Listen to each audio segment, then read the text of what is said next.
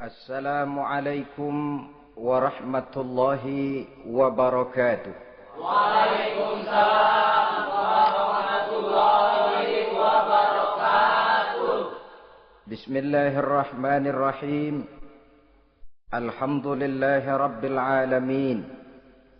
Wassalatu wassalamu ala ashrafil mursalin wa ala alihi wa ashabihil mujahidin at-tahirin, amma ba'du. Saudara-saudara kaum muslimin rahimakumullah. Sebagai kelanjutan dari pembicaraan kita tentang serial para nabi, maka pada pertemuan kali ini kita akan membicarakan riwayat tentang Nabi Sulaiman alaihi salam dan Ratu Balqis.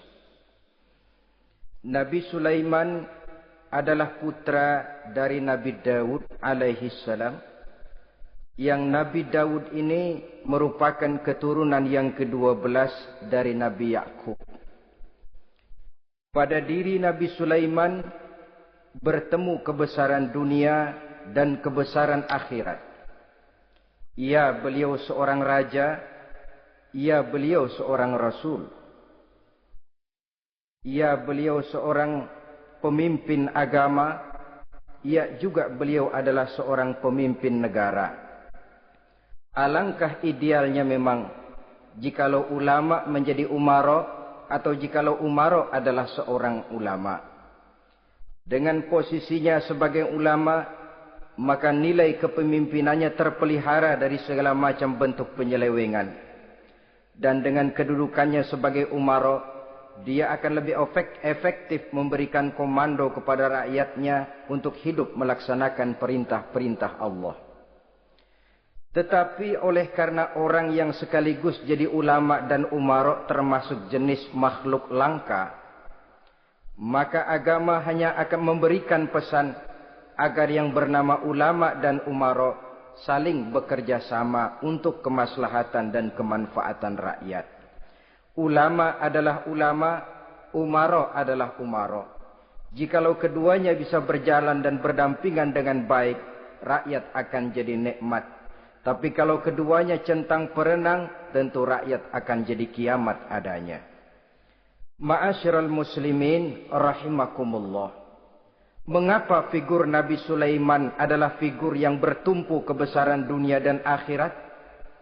Kita lihat dari sejarah bahwa Allah memberikan mukjizat kepada para rasulnya biasanya sesuai dengan kecenderungan umat yang dihadapi pada waktu itu. Umat yang dihadapi Nabi Musa alaihi salam adalah umat yang senang kepada kegagahan, suka kepada bentuk badan yang kuat. Oleh karenanya mukjizat yang diberikan Allah kepada Nabi Musa berupa kekuatan, baik tongkat maupun tenaganya. Sebaliknya, umat di zaman Nabi Isa alaihi salam cenderung berbangga dengan kemahirannya di bidang ilmu kedokteran dan ketabiban.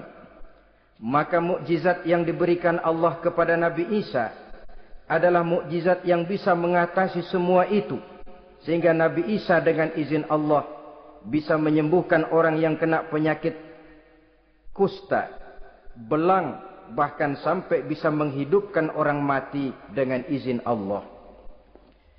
Di zaman Nabi Muhammad sallallahu alaihi wasallam, kecenderungan umat kepada kemampuan bersyair, sehingga ketika itu yang dihargai adalah ujung tombak dan ujung pena. Ujung tombak dalam arti pahlawan perang, dan ujung pena dalam arti seniman dan penyair.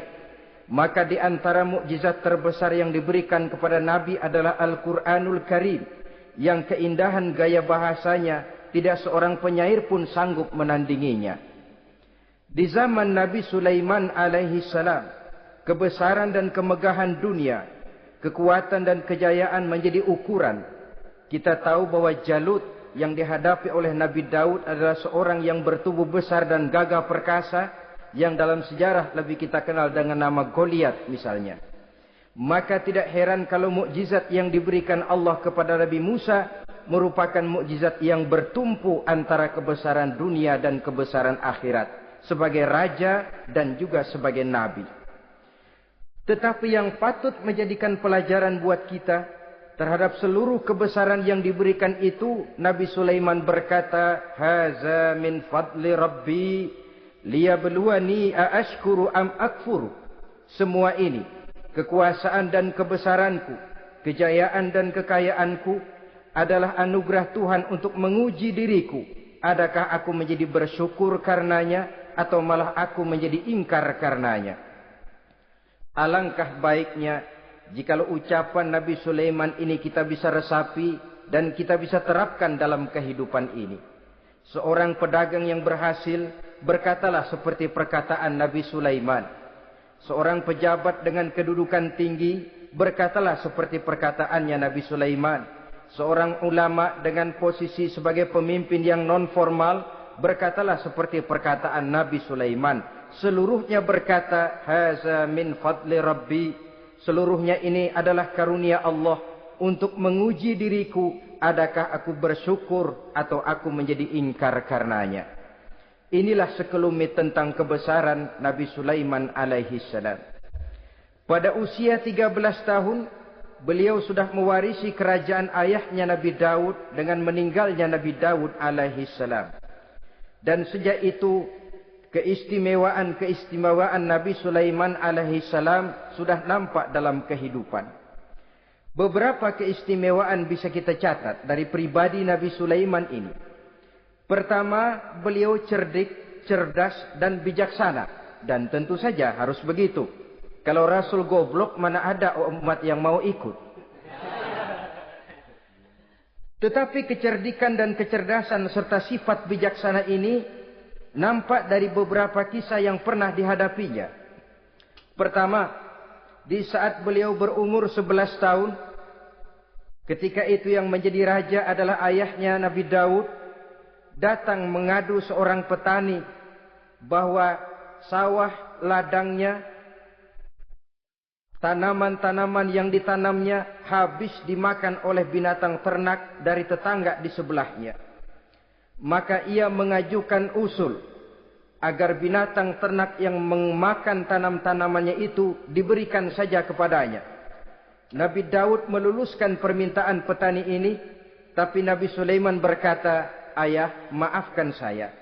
Kalau boleh saya mengajukan usul, jangan seluruh binatang ternak gembala itu diberikan kepada petani.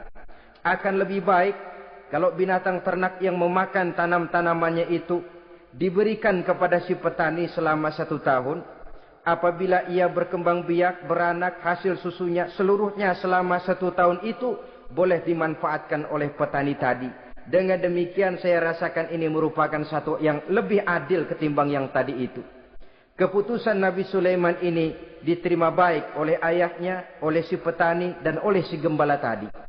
Pada usia 11 tahun, ia sudah menunjukkan kecerdikan, kecerdasan, dan sifat yang bijaksana.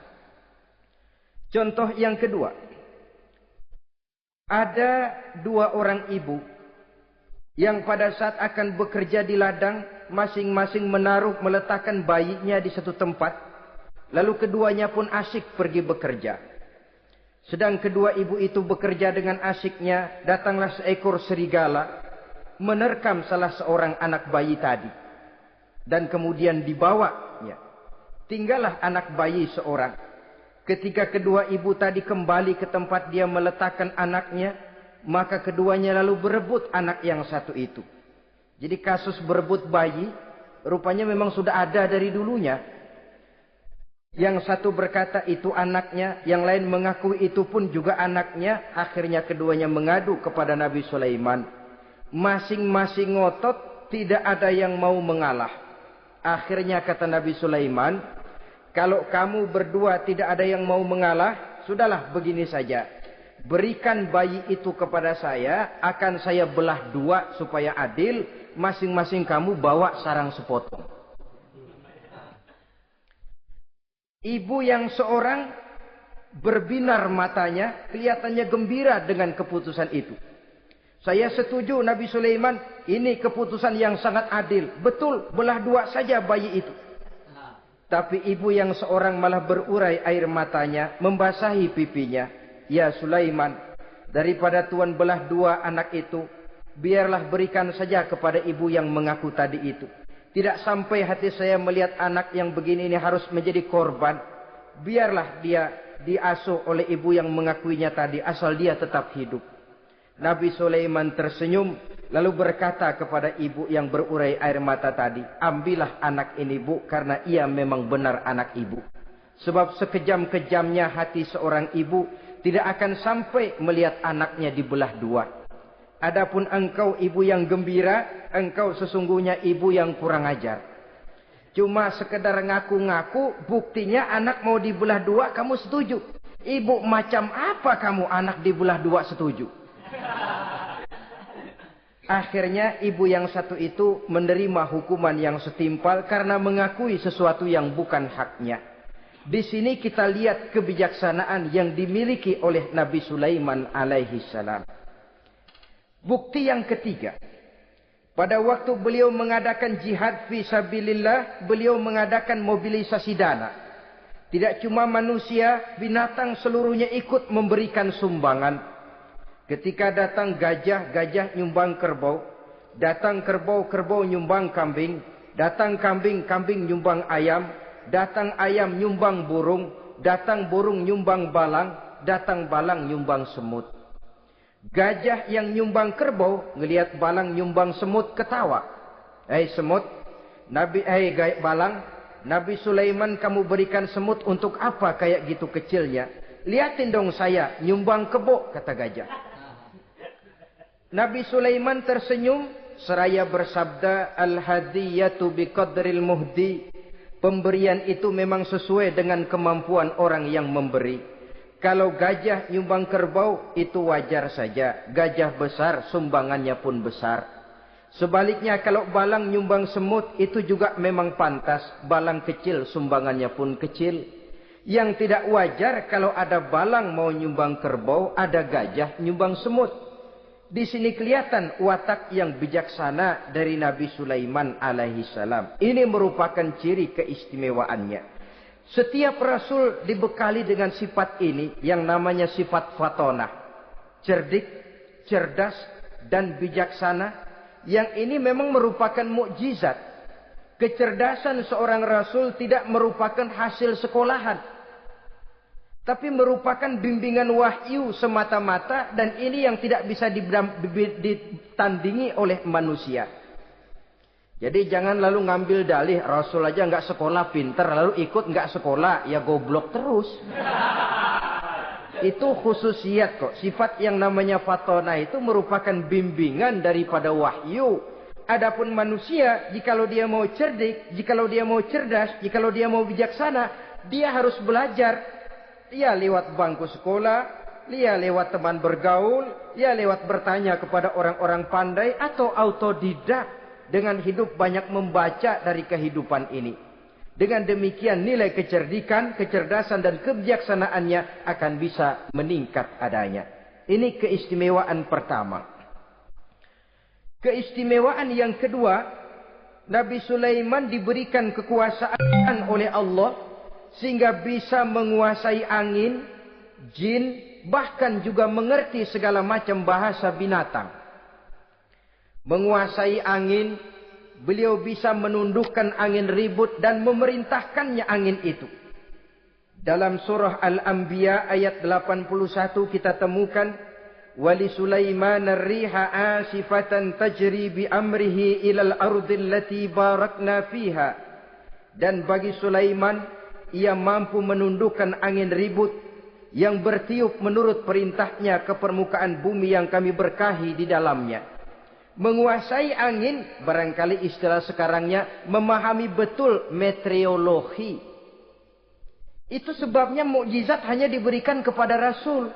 Orang yang jiwanya sudah stabil. Coba kalau potongan kita diberikan keistimewaan bisa ngatur angin. Saban sehari main angin. Nggak boleh ada orang kita keselin. Kesel sama orang, undang angin. Hantam saja. Maka mukjizat semacam ini hanya diberikan kepada orang yang jiwanya sudah stabil. Ada satu cerita, namanya juga cerita, tapi kebenarannya mendekati. Seorang wali di tanah Jawa, sholat Jumat di Masjidil Haram di Mekah itu. Namanya wali kalau di Jawa kan pakai belangkon. Dia sembahyang di Masjidil Haram. Ini ada orang Arab usil, tumben ngelihat belangkon. Ini apa di tengah masjid? Dia tepak belangkon itu. Miring di atas kepala. Begitu belangkonnya miring, tanah kayaknya ikut miring. Sehingga penduduk heran, ini apa tanah jadi miring begini? Lalu ada seorang wali juga yang alim dan mengerti. Lihat-lihat di tengah Masjidil Haram ada belangkon miring di atas kepala. Jangan-jangan ini sebabnya ini. Dia samperin, dia dananin lagi tuh belangkon rata. Tanah kelihatannya kayak rata lagi. Keistimewaan seperti ini pun hanya diberikan kepada orang yang jiwanya memang sudah stabil. Coba kayak kita diberikan keistimewaan kayak begitu. Main belangkon melulu. Saudara-saudara kaum muslimin rahimakumullah. Juga bisa menguasai jin. Memerintahkan jin. Dan juga mengerti segala macam bahasa binatang. Kita bisa lihat dalam surah As-Saba ayat 12 misalnya. Demikian juga tentang mengerti bahasa binatang. Pada satu hari Nabi Sulaiman dan bala tentaranya lewat di satu lembah. Lembah itu kebetulan lembah semut. Ketika mereka lewat di lembah itu, Raja Semut lihat dari kejauhan, dia pidato kepada rakyatnya para semut itu. Apa katanya? Ya ayyuhan namlu dukhulu masakinakum. La yahtimannakum Sulaiman wa junuduh wahum la yash'urun. Jadi ini Raja Semut melihat Nabi Sulaiman datang bersama seluruh bala tentaranya. Dia pidato kepada rakyatnya. Saudara-saudaraku rakyat semut, di mana saja suara saya bisa didengar. Perhatian, perhatian. Ini Nabi Sulaiman mau liwat dengan seluruh bala tentaranya.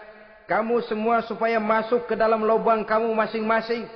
Sebab kalau kamu enggak masuk ke lubangmu masing-masing, akan diinjak oleh Sulaiman dan bala tentaranya. Sedangkan mereka tidak tahu kalau kamu kena injak.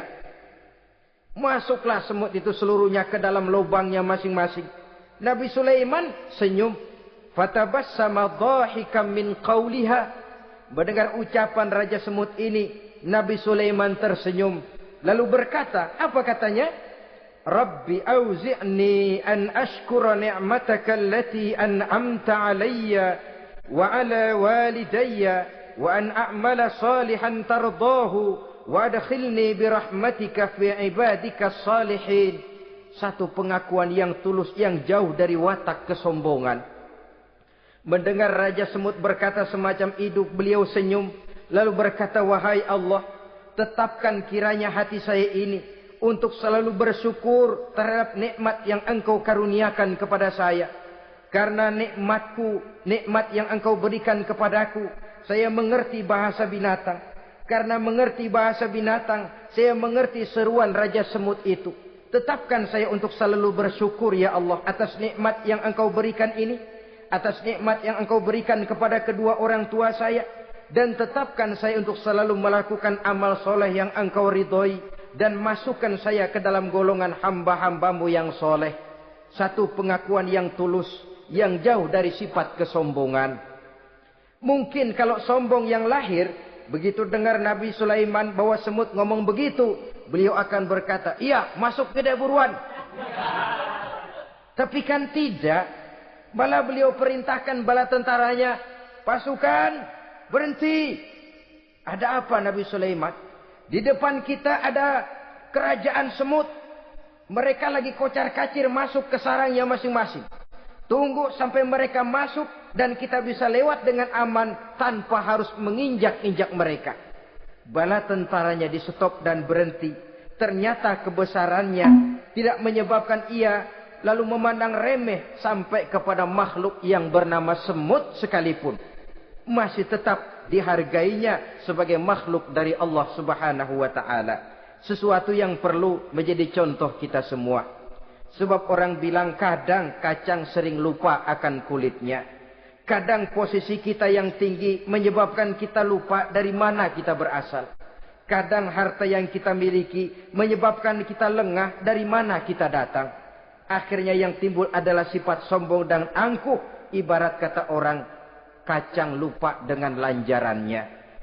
Ma'asyiral muslimin rahimakumullah. Ini kebesaran dan keistimewaan yang diberikan Allah kepada Nabi Sulaiman alaihi salam. Apa yang perlu kita jadikan tamsil dan ibarat dari kebesaran ini? Saudara-saudara kaum muslimin rahimakumullah. Keadilan sebagai umara yang berpadu dengan kebijaksanaan sebagai ulama.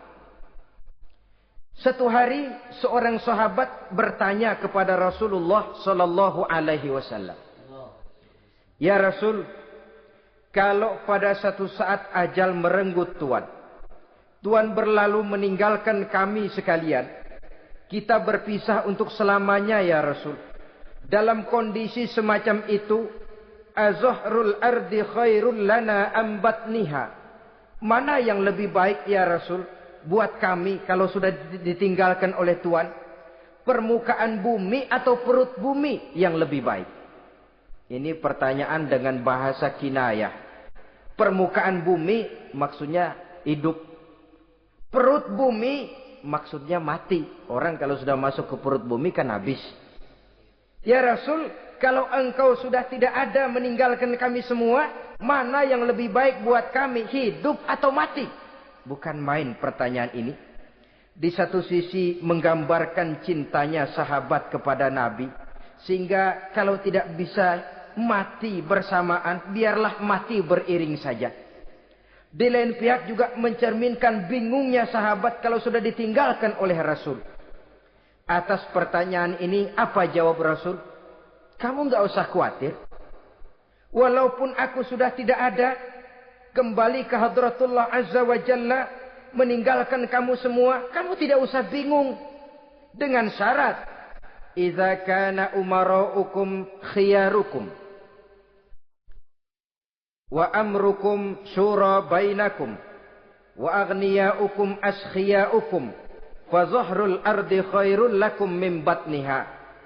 Kalau saja para umara, kalau saja pemimpin-pemimpin kamu adalah orang-orang yang terbaik di antara kamu, dan seluruh persoalan yang kamu hadapi dapat kamu musyawarahkan dengan baik, lalu orang-orang kaya di antaramu adalah orang-orang yang dermawan, ketika itu walaupun aku sudah tidak ada, hidup lebih baik daripada mati. Permukaan bumi lebih baik daripada perut bumi. Dengan catatan 3 tadi. Pemimpinmu orang yang terbaik di antara kamu. Segala persoalan kamu musyawarahkan. Dan orang kayamu orang dermawan. Walaupun aku tidak ada, hidup lebih baik daripada mati. Tapi sebaliknya kata Nabi, idza kana umara'ukum syirarukum. Kalau umara'mu, pemimpin-pemimpinmu adalah orang-orang yang terjahat di antara kamu. Wa amrukum ala nisaikum. Dan segala urusanmu sudah diatur oleh perempuan. Walaupun dia tidak naik di bidang eksekutif, tidak memegang kekuasaan, tapi kekuasaan bayangannya jauh lebih menentukan daripada kekuasaan yang sesungguhnya. Kalau perempuan sudah ikut campur mengaturmu, kemudian wa askhiyaukum bukhalaukum. Orang-orang kaya di antaramu adalah orang-orang yang bakhil bin pelit alias kikir. Maka ketika itu kata Nabi, fabatnul ardi khairul lakum min zahriha. Perut bumi lebih baik daripada permukaan bumi. Apa yang bisa diharapkan dari pemimpin yang zalim, perempuan yang sok kuasa, dan orang-orang kaya yang bakhil dan pelit? Dalam kondisi semacam itu, bertemulah kita dengan yang bernama kiamat. Dan kalau sudah kiamat macam itu kata Nabi, perut bumi lebih baik daripada permukaan bumi.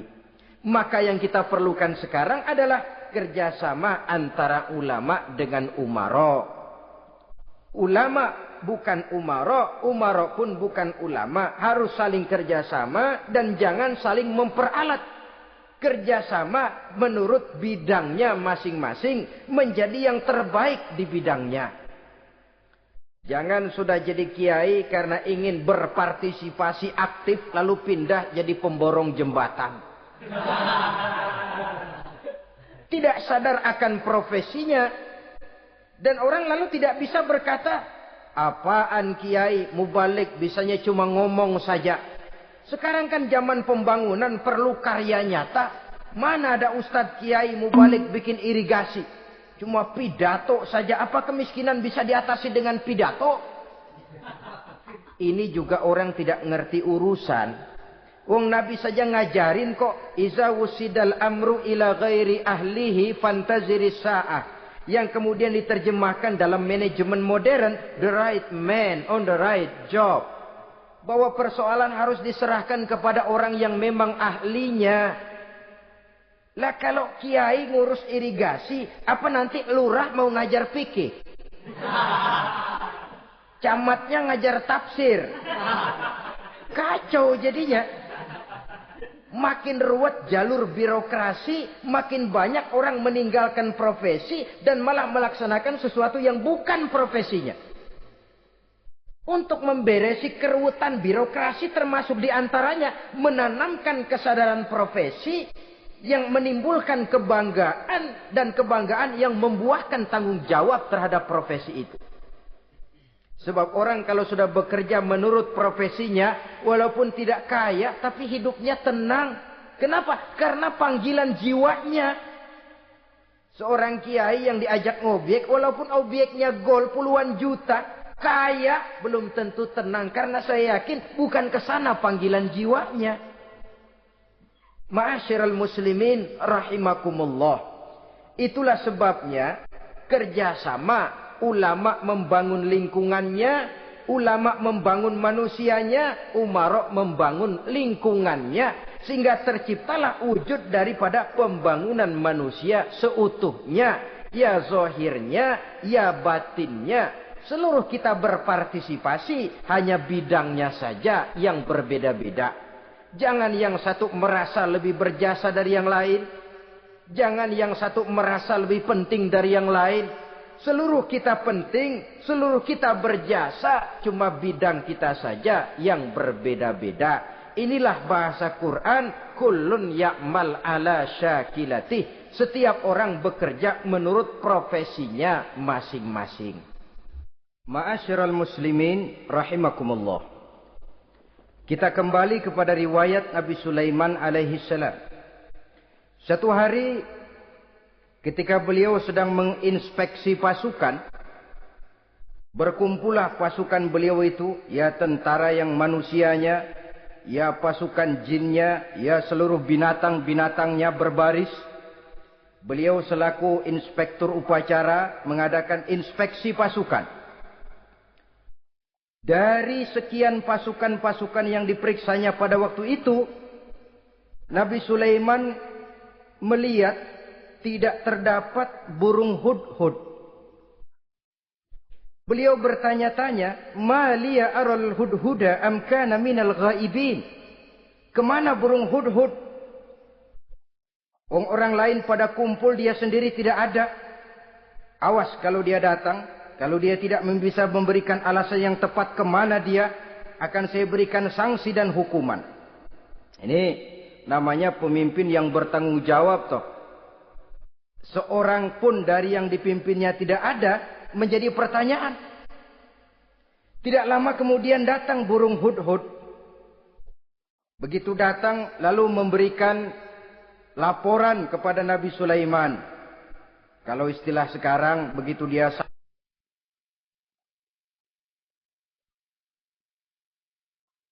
sampai berdiri hormat, lapor, kata hudhud ini.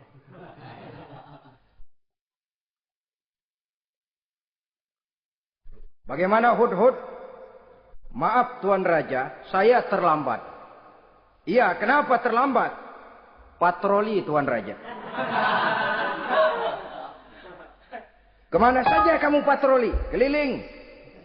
Lalu apa hasilnya? Inni wajadtu imra'atan tamlikuhum wa utiyat min kulli syai'in wa laha 'arsyun 'azim.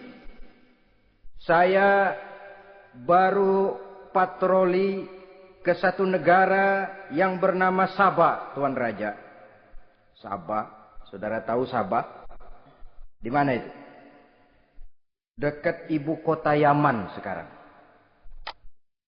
Di sana Tuan Raja, kata Hudhud ini, wajadtu imra'atan tamlikuhum. Yang jadi raja perempuan. Kalau Tuan raja besar, Tuan orang laki. Ayah Tuan raja besar, Nabi Daud, laki. Ini mah model Tuan Raja. Orangnya rajanya raja besar tapi perempuan. Tumben saya ngelihat ada raja perempuan. Kerajaannya begitu besar. Begitu. Iya. Lalu dia jadi raja bagaimana? Ya mewarisi kerajaan ayahnya Sri Baginda Raja Syarahil. Ketika ayahnya wafat dia naik. Walaha arsyun azim. Singgasananya besar. Bagus. Antik Tuan Raja. Terus bagaimana lagi? Wajadtuha wa qaumaha yasjuduna lisyamsi min dunillah. Yang jadi pikiran saya Tuan Raja, dengan kekuasaan yang besar, mereka itu seluruhnya, seluruh bala tentaranya dan kaumnya, yasjuduna lisyamsi. Mereka menyembah matahari, bukan menyembah Allah. Mendengar ini Nabi Sulaiman tergerak hatinya. Waktu mendengar rajanya perempuan, kekuasaannya besar, belum tergerak. Tapi ketika sampai kepada yasjuduna lisyamsi, mereka sujud kepada matahari, di situ pribadi seorang rasulnya tergerak. Siapa nama ratu itu? Namanya Ratu Balkis Tuan Raja. Begini Hudhud, laporan kamu saya terima. Alasan kamu datang terlambat bisa dipertanggungjawabkan. Kamu tidak kena hukuman. Cuma begini saja Hudhud. Karena kamu yang laporan. Kamu yang tahu lokasi negaranya. Kamu yang harus melaksanakan tugas ini. Apa Tuan Raja? Idhab bi kitabi hadha fa'alqih ilaihim. Kamu berangkat lagi ke negeri Sabah. Bawa surat saya. Berikan kepada mereka. Thumma tawalla anhum. Kemudian kamu berpaling dari mereka. Tapi jangan pulang. Fanzur madza yarji'un. Lihat apa reaksi mereka setelah menerima surat ini. Baik Tuan Raja, baik. Nabi Sulaiman menulis sepucuk surat kepada Ratu Balkis. Dan surat itu dibawa oleh burung Hudhud tadi. Terbanglah si burung Hudhud ini ke negeri Sabah. Masuk ke istana Ratu Balkis. Dan surat itu jatuh di kamar Ratu Balkis. Diambil surat tadi. Kemudian dibaca. Apa isi suratnya? Innahu min Sulaiman. Wa innahu bismillahirrahmanirrahim. Alla ta'lu alayya. Wa'tuni muslimin. Surat ini dari Sulaiman. Bismillahirrahmanirrahim. Jangan kamu merasa lebih tinggi dari aku. Datanglah kepadaku dan masuk ke dalam agama Islam. Suratnya singkat, padat, ultimatum. Jadi enggak pakai bahasa kembang, enggak pakai bahasa basi, langsung kepada isi. Surat ini dari Sulaiman. Bismillahirrahmanirrahim. Jangan kamu merasa lebih tinggi dari aku. Datanglah kepadaku dan masuklah ke dalam agama Islam. Ini yang disebut dakwah langsung tanpa pakai kembang. Saudara-saudara, menerima surat semacam ini, Ratu Balkis lalu ngumpulin para pembantu kerajaan, aparat pemerintah lah zaman sekarang. Termasuk menteri-menteri dipanggil sidang darurat di istana Ratu Balkis. Membahas datangnya surat dari Nabi Sulaiman alaihissalam. Tuan-tuan para menteri, Bagaimana Sri Ratu? Saya dapat surat. Dari mana? Dari Sulaiman. Katanya apa? Jangan kamu merasa lebih hebat dan lebih tinggi dariku. Datanglah kemari dan masuklah ke dalam agama Islam. Menurut pendapat tuan-tuan menteri, bagaimana surat ini? Apa kita penuhin permintaannya? Kita datang rame-rame masuk Islam? Oh, kata menteri, jangan dulu tuanku. Gengsi dong. Kita ini kan kerajaan besar. Tentara kita gagah. Masa mau menyerah tanpa syarat? Soal nanti kita kalah atau menang itu soal lain, Tuan Ratu. Tapi bahwa kita punya harga diri itu harus kita tunjukkan lebih dulu. Jadi menurut Tuan Menteri bagaimana? Kami sih nunggu komando Tuan Putri saja.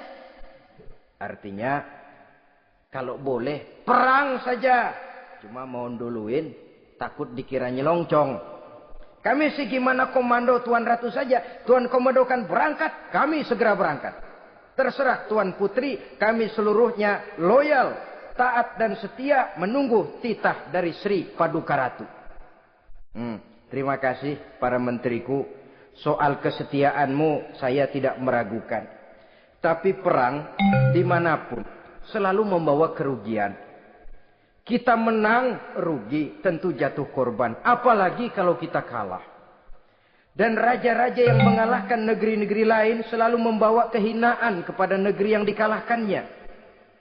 Jadi bagaimana? Sekarang begini saja. Kita ambil jalan tengah. Lalu diplomasi dulu. Diplomasi macam apa Tuan Ratu? Kita kirim utusan kepada Nabi Sulaiman. Dari sana nanti kita lihat reaksinya. Saya memang selama ini sudah dengar siapa itu Nabi Sulaiman.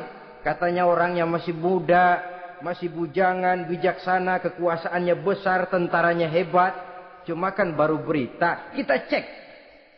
Jadi diplomasi macam apa Tuan Ratu? Kita kirim utusan kepada Raja Sulaiman. Kita bawakan hadiah-hadiahnya. Yang mahal-mahal, mewah-mewah, menarik. Pokoknya yang terbaik di negeri kita, berikan kepadanya. Lihat reaksinya.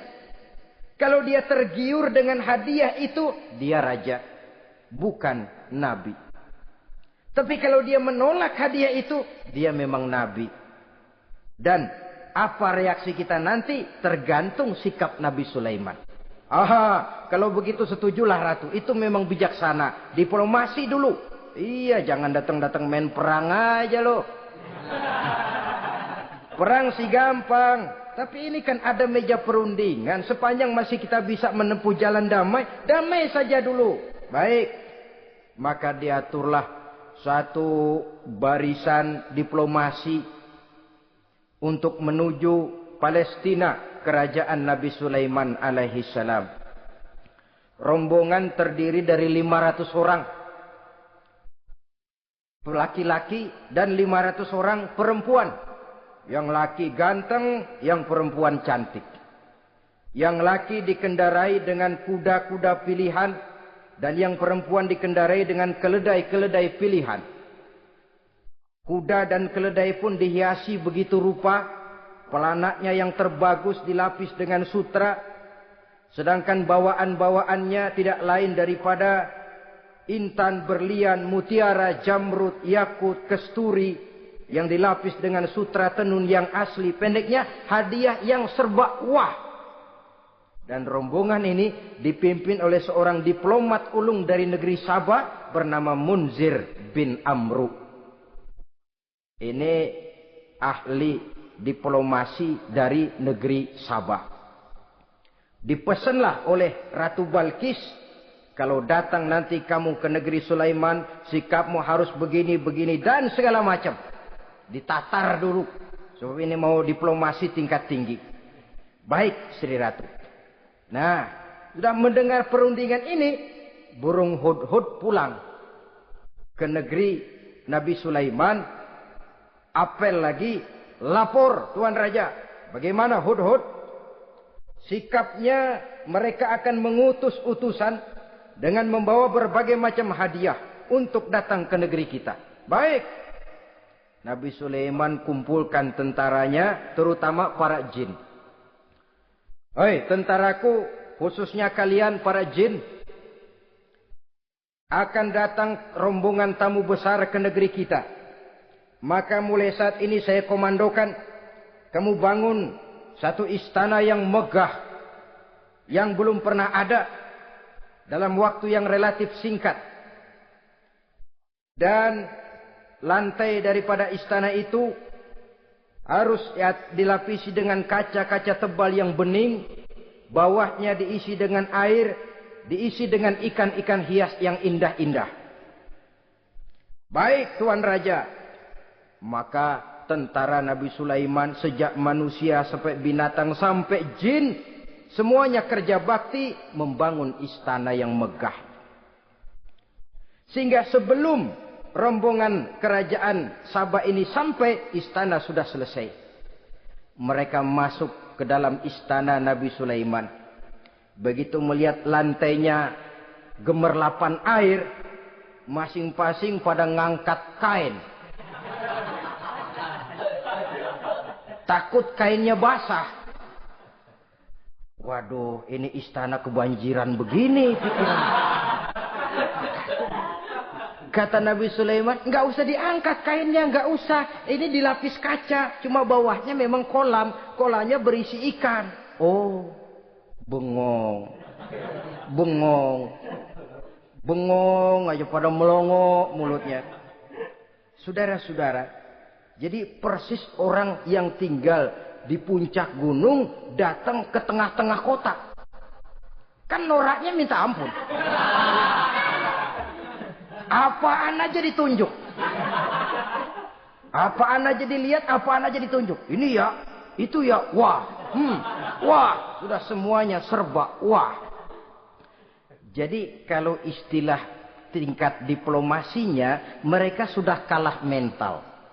Dan itu sudah kemenangan pertama dari Nabi Sulaiman. Sudah shock. Mereka merasa negeri Sabah kaya, luar biasa, hebat. Begitu datang ke negeri Sulaiman, mereka jadi orang norak kayaknya. Sudah kumpul, nah selamat datang tuan-tuan ke negeri kami. Ada pesan apa? Majulah Munzir bin Amru. Tuan Sulaiman, bagaimana? Kami diutus oleh Sri Baginda Ratu Balkis untuk menyampaikan hadiah-hadiah yang kami bawa ini. Intan, berlian, yakut, jamrud, kesturi, dan barang-barang mahal lainnya. Mudah-mudahan Tuhan bisa menerima dengan senang hati. Nabi Sulaiman tersenyum. Lalu beliau berkata, Atumiddunani bimalin, fama atani Allahu khairun mimma atakum. Kamu mau memberikan saya seluruh hadiah-hadiah permata intan ini? Padahal apa yang telah diberikan Allah kepada saya jauh lebih baik dari apa yang telah diberikannya kepadamu. Kamu merasa bahwa saya kekurangan semua ini? Ketahuilah tuan-tuan, saya punya lebih banyak dari apa yang tuan-tuan berikan sekarang ini. Irja' ilaihim, bawa pulang kembali seluruh hadiah ini. Sampaikan salam saya kepada ratumu, Ratu Balkis. Falanatiyannahum bijunudin la qibala lahum biha. Kalau mereka tetap tidak mau datang menyatakan keislaman, kami yang akan datang ke sana dengan seluruh bala tentara kami yang mereka pasti tidak akan sanggup menghadapinya. Saudara bisa baca dalam surah An-Naml ayat 36. Saudara hadirin ma'asyiral muslimin rahimakumullah.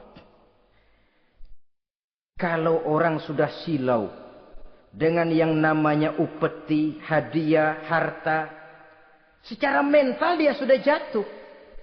Andai kata ketika itu Nabi Sulaiman menerima seluruh hadiah tadi, maka misi kerasulannya tidak akan jalan.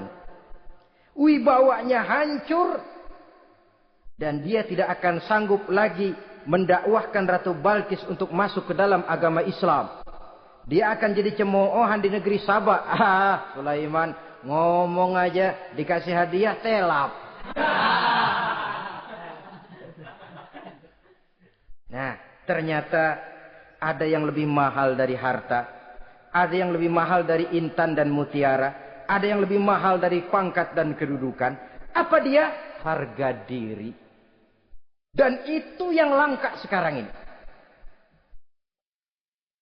Lebih baik jalan kaki tapi kita bebas mendongakkan kepala kemanapun kita mau. Daripada naik mobil empuk tapi mata nunduk saja nggak berani lihat ke atas. Kehilangan harga diri. Ulama yang kehilangan harga diri akan menyelewengkan ayat. Pejabat yang kehilangan harga diri akan melakukan segala macam penyelewengan. Dan lain sebagainya. Harga diri sesuatu yang mahal. Terutama di kota-kota besar. Kota-kota yang menyandang gelar metropolitan. Biasanya harga diri ini sudah tidak dihiraukan orang lagi. Cuma untuk uang yang relatif kecil. Cuma untuk kedudukan yang temporer. Orang tidak segan-segan mengorbankan sesuatu yang paling mahal. Yang bernama harga diri. Akhirnya suap merajalela. Sogok menjadi-jadi. Semir pun menjamur.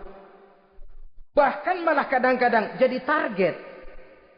Sehingga ada pernah berita jabatan wakil gubernur katanya dikomersilkan.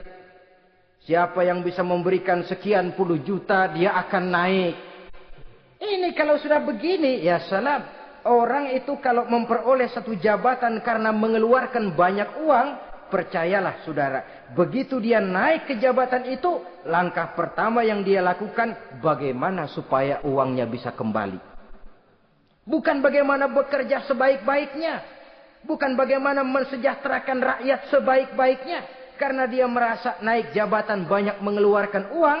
Setelah dia naik. Gimana supaya pulang modal dulu. Lebihnya kalau ada. Baru bekerja buat rakyat. Itu pun kalau nggak keburu pensiun. Kadang-kadang malah lebih celaka lagi. Kalau sudah mau pensiun baru bikin pemutihan. Wah saya baru rajin iktikaf di masjid. Pergi haji. Kenapa? Udah pensiun. Tapi waktu masih aktif, tanda tangan masih laku, nota masih dihargai, kata belece masih berwibawa, lupa berbuat untuk hari depan dirinya sendiri, yaitu akhiratnya, konon lagi untuk umat dan agamanya. Jadi untuk mengabdi, berbuat baik kepada umat, berkhidmat kepada agama, iktikaf di masjid, tuan-tuan, tidak usahlah nunggu sampai pensiun. Manfaatkan posisi yang tuan-tuan punya sekarang ini untuk beribadah dengan sebaik-baiknya. Itu pun masih bersyukur, masih bisa mengadakan pemutihan daripada tidak sama sekali. Cuma alangkah akan lebih efektifnya lagi kalau itu diawali pada saat kita masih mempunyai posisi kunci. Ini reaksi Sulaiman, saudara-saudara, diberikan hadiah yang mahal atau midunani bimalin. Kamu mau nyogok saya dengan hadiah ini. Yang diberikan Allah lebih hebat dari yang kau bawa sekarang ini. Apa yang saya cari? Oleh Allah saya telah diberikan sesuatu yang lebih besar dari yang kau bawa. Sudah, bawa pulang saja. Sampaikan salam kepada ratumu. Kalau dia tetap ngotot tidak mau kemari. Saya yang akan datang ke sana. Dengan seluruh bala tentara. Yang saya yakin sampean akan kewalahan ngadepinnya. Pulang, sampaikan salam saya. Bawa seluruh hartamu.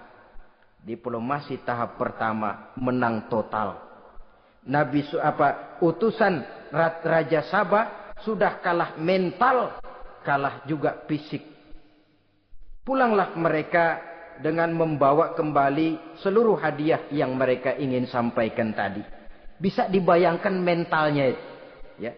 Sama juga kita sudah punya niat ingin menyogok seseorang, tahu-tahu yang mau disogok nggak nerima. Pulang kayaknya muka kan belipet. Sulit ketemu orang. Jadi perasaan kita orang pada ngetawain aja. Padahal orang mah nggak tahu persoalannya. Tapi sikap mental sendiri itu. Jadi memang saudara-saudara ini berkaitan. Walaupun yang mau nyogok banyak, kalau yang disogok nggak mau, nggak jadi. Walaupun ada yang minta disogok, kalau yang mau nyogok nggak ada, juga nggak nyetel. Lah ini nyetel, yang mau nyogok banyak, yang disogok pun ada. Jadilah perbuatan itu. Ma'asyiral muslimin rahimakumullah. Sampai mereka di kerajaan Sabah, mereka ceritakan itu. Ratu Balkis bengong. Ternyata yang saya dengar selama ini memang benar rupanya. Sulaiman bukan cuma raja, tapi juga rasul. Bukan cuma pemimpin negara, tapi juga pemimpin agama. Lalu bagaimana, Sri Ratu? Biar saya pikir-pikir dulu. Pikir. Bagaimana ya? Sudahlah, begini saja. Kita sekarang berangkat ke negeri Nabi Sulaiman. Saya yang akan langsung memimpin rombongan. Ada 2 tujuan Ratu Balkis sebenarnya. Tujuan pertama ingin melihat dengan mata kepala sendiri kebesaran Sulaiman yang selama ini dia cuma dengar beritanya saja. Yang kedua, ada udang di balik batu. Kalau setelah Nabi Sulaiman nanti melihat kecantikan Ratu Balkis ini, dia bisa fly. Nah, istilah anak sekarang, dia bisa fly. Nah, siapa tahu kan karena kecantikannya Nabi Sulaiman lalu jatuh hati dan Dewi Amor pun bicara. Nanti bila mata bertemu mata, bibir ikut senyum, hati berdetak. Maka terjadilah magnet-magnet saling bersentuhan, percintaan tingkat tinggi. Kan lumayan dapat suami, dapat pacar seorang raja besar. Jadi dengan harapan ini berangkatlah Ratu Balkis ke negeri Nabi Sulaiman. Hud lapor lagi. Lapor. Bagaimana Hud? Ini Ratu Balkis yang mimpin sekarang. Baik, kita siap-siap. Begini saja, kata Nabi Sulaiman. Siapa yang bisa bawa singgasana Ratu Balkis ke sini? Jin Ifrit tampil. Saya. Berapa lama kamu perlukan untuk membawa singgasana Ratu Balkis kemari? Sebelum Tuan bangun dari tempat duduk, itu singgasana sudah bisa sampai kemari, Tuan Raja. Bagus. Ada yang bisa lebih cepat? Saya, kata seorang ulama. Berapa lama? Sebelum Tuan kedip. Asal Tuan kedip, Tuan melek lagi, singgasana sudah sampai di sini. Baik, kerjakan. Dalam waktu sekejap itu singgasana Ratu Balkis sudah sampai di istana Nabi Sulaiman. Pasang di sini, biar dia dudukin nanti. Rubah sedikit biar dia nggak kenalin. Dirombak sedemikian rupa. Masuk Ratu Balkis ke istana Nabi Sulaiman. Terjadilah kemudian di perundingan semacam tingkat tinggi antara raja dengan raja. Bagaimana Tuan Ratu Balkis? Iya, Tuan Sulaiman. Iya, bagaimana? Saya kagum dengan kebesaran Tuan. Bukan kebesaran saya. Seluruhnya ini adalah karunia Allah kepada saya.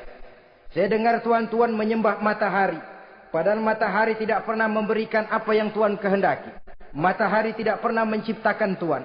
Adalah lebih baik Tuan menyembah yang menciptakan matahari daripada menyembah matahari itu sendiri. Nabi Sulaiman, bagaimana kalau kita mengadakan ya sambil berunding, sambil lobbying istilah sekarang. Baik, lobbying pun jadi. Berjalanlah meninjau seluruh pelosok istana Nabi Sulaiman alaihissalam. Seperti halnya bala tentaranya, Ratu Balkis juga sampai di lantai kaca, angkat kain.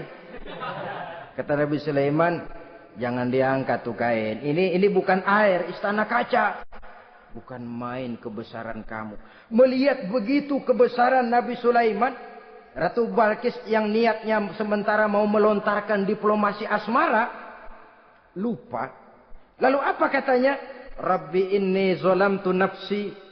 Ya Allah, selama ini saya benar-benar telah zalim kepada diri saya. Begitu banyak nikmat yang Engkau berikan kepada saya. Saya jadi ratu dengan kekuasaan yang besar, mewarisi kebesaran ayah. Dengan kerajaan dan bala tentara yang gagah perkasa.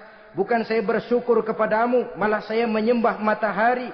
Inni zalamtu nafsi. Sungguh saya telah zalim kepada diri saya. Maka mulai sejak saat ini, aslamtu ma'a Sulaiman lillahi rabbil alamin. Mulai sejak saat ini ya Allah, saya nyatakan diri, saya masuk Islam, bertuhankan Allah Rabbul Alamin, saya tunduk kepada Nabi Sulaiman alaihi salam. Masuk Islam sebelum diplomasi asmaranya melayang, saudara-saudara. Sudah masuk Islam? Sudah. Nah, Ratu Balkis sekarang bagaimana? Ya Nabi Sulaiman, kalau saya masuk Islam, apakah kerajaan saya akan tunduk dan diatur oleh kerajaan Tuhan? Tidak. Kamu persilakan pulang ke kerajaanmu. Atur negerimu menurut cara yang kamu mau, asal sesuai dengan perintah Allah. Saya bukan penjajah. Saya cuma mengajak kamu ke dalam Islam. Saya tidak ingin meluaskan wilayah saya. Asal kamu sudah masuk Islam, tugas sudah saya jalankan. Perkara kerajaanmu, kau pulang, kau atur dan kau tetap jadi raja. Jangan merasa kalau sudah masuk Islam lalu kerajaanmu saya caplok. Islam bukan penjajah, Ratu Balkis. Baiklah Nabi Sulaiman, saya tahu. Tapi untuk melanggengkan kerjasama antara kerajaan Sabak dengan kerajaan Tuhan, caranya bagaimana? Mulai ngojok-ngojok. Dia nggak bilang lu demen aja deh sama gue. Enggak. Cuma untuk jangka panjang. Jangka panjangnya Sulaiman. Supaya kita tetap bisa kerjasama, caranya bagaimana? Ya supaya kerajaan berumur panjang, kau harus punya keturunan. Kata Nabi Sulaiman. Itu kan berarti saya harus nikah. Memang. Tapi saya ratu. Suami saya kan paling kurang juga harus maharaja, sahansah. Ya sebenarnya sih cuma dia nggak bilang aja. Di kerajaan gue nggak ada yang setimpal. Gue maunya sama elo. Itu kalau bahasa kita. Cuma ini kan bahasa perempuan. Perempuan kan paling pintar nahan perasaan. Nggak kayak orang laki. Orang laki kalau lagi mabok cinta teler. Sama siapa aja dia cerita. Gue kan lagi demen sama si Ano. Lain sama perempuan, dia paling bisa jaga perasaan. Saya kalau begitu, saya harus kawin dengan maharaja. Ya kamu tinggal pilih saja, kata Nabi Sulaiman. Nabi Sulaiman, ini Perdana Menteri udah pada mesem-mesem, udah paham ke arah mana maksudnya. Bagaimana kalau kita kukuhkan saja dua kerajaan ini, Nabi Sulaiman? Saya pun setuju kalau itu kamu punya mau. Wah ini Perdana Menteri takbir semua. Allahu Akbar. Alhamdulillah. Alhamdulillah. Sampai akhirnya Nabi Sulaiman pun menikah dengan Ratu Balkis. Bergabunglah dua kerajaan besar itu. Saudara-saudara kaum muslimin rahimakumullah. Kemudian setelah bertahun Nabi Sulaiman wafat. Tidak seorang pun tahu karena beliau wafat sedang pegangan tongkat. Ketika tongkat dimakanin rayap, rapuh, baru beliau jatuh. Orang tahu kalau Nabi Sulaiman sudah wafat. Menurut riwayat, beliau wafat itu sedang sholat. Karena sholat Nabi Sulaiman cuma diri saja. Tidak pakai ruku dan sujud. Menurut riwayat lain, beliau sedang memandori jin dan tentaranya yang sedang kerja. Begitulah wafat beliau. Kita bisa baca dalam surah Saba ayat ke-14. Setelah beliau wafat, Palestina diserbu oleh Raja Bukhtanasor atau Raja Nebukadnezar. Seluruh kebesaran Sulaiman di bumi hanguskan. Istananya dihancurkan. Intan permata dan kekayaan beliau dirampok. Dan tinggallah kebesaran Sulaiman cuma legenda saja. Yang kita kenal dengan istilah Haikal Sulaiman. Legenda. Riwayat-riwayat yang sampai sekarang ini masih bisa kita telusuri kebenarannya. Saudara-saudara, inilah pertemuan yang singkat ini. Walaupun serba singkat, mudah-mudahan ada manfaatnya. Dengan kesimpulan, seluruh anugerah yang ada pada kita hakikatnya karunia Allah. Marilah kita menjadi orang yang pandai bersyukur atas anugerah itu. Terima kasih atas segala perhatian. Mohon maaf atas segala kekurangan. Usikum wa nafsi bitaqwallah. Wassalamualaikum warahmatullahi wabarakatuh.